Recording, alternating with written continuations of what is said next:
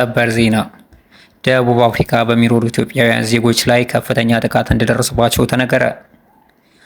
ክቡራን የቻናላችን ቤተሰቦች በዚህ ሰዓት የተሰሙ ዋና ዋና መረጃዎችን ወደ እናንተ ቀርብ ያለው። ለዚህ ቻናል እስከሆናችሁ ሰብስክራይብ ያደርጋችሁ ቤተሰቡ ነው። ምክንያቱም ሰብስክራይብ ስታደርጉ በቀጣይ የምለቃቸው አዳዲስና ታማኝ መረጃዎች ቀጥታ በስልካችሁ ኖቲፊኬሽን አማካኝነት ይደርሳችኋል ማለት ነው። እንዲሁም ላይክ እና ሼር ያደርጋችሁ አበረታቱን። በደቡብ አፍሪካ በሚኖሩ ትውልደ ኢትዮጵያውያን ላይ የሚደርሰው ሰቆቃና ሞት እንዲቆም እንዲሁም ደግሞ ገዳዮች በሕግ እንዲጠየቁ የውጭ ጉዳይ ሚኒስቴር አሳሰበ። በኢትዮጵያኖች ላይ ተከታታይ ጥቃት እየደረሰ መሆኑና የሀገሪቱ መንግስት አስቸኳይ እርምጃ እንዲወስድ በፕሪቶሪያ ያለው የኢትዮጵያ ኤምባሲ አሳሰበ።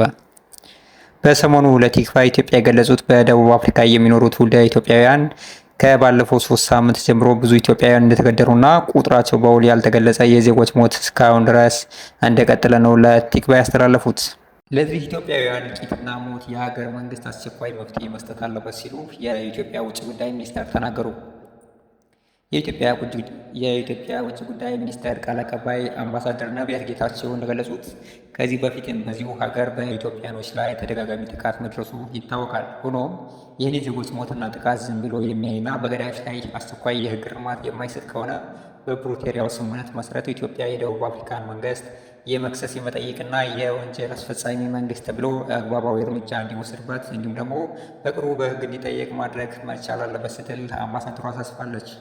አምባሳደሯ አክላም በዚያው ደቡብ አፍሪካ ያለው የኢትዮጵያ ኤምባሲ ላሉ ዜጎች አስፈላጊውን ከለላና ድጋፍ እያደረገ መሆኑን ገልጻለች። በመሆኑም ዜጎች ከተለያዩ ጥቃት ከመፈጠርባቸው ቦታዎች እና አግባባዊ ካልሆነ ሰፈር እና የጦርነት መፍለቂያ ከሆኑ ቦታዎች ራሳቸውን እንዲጠብቁ አሳስባለች ነው የተባለው።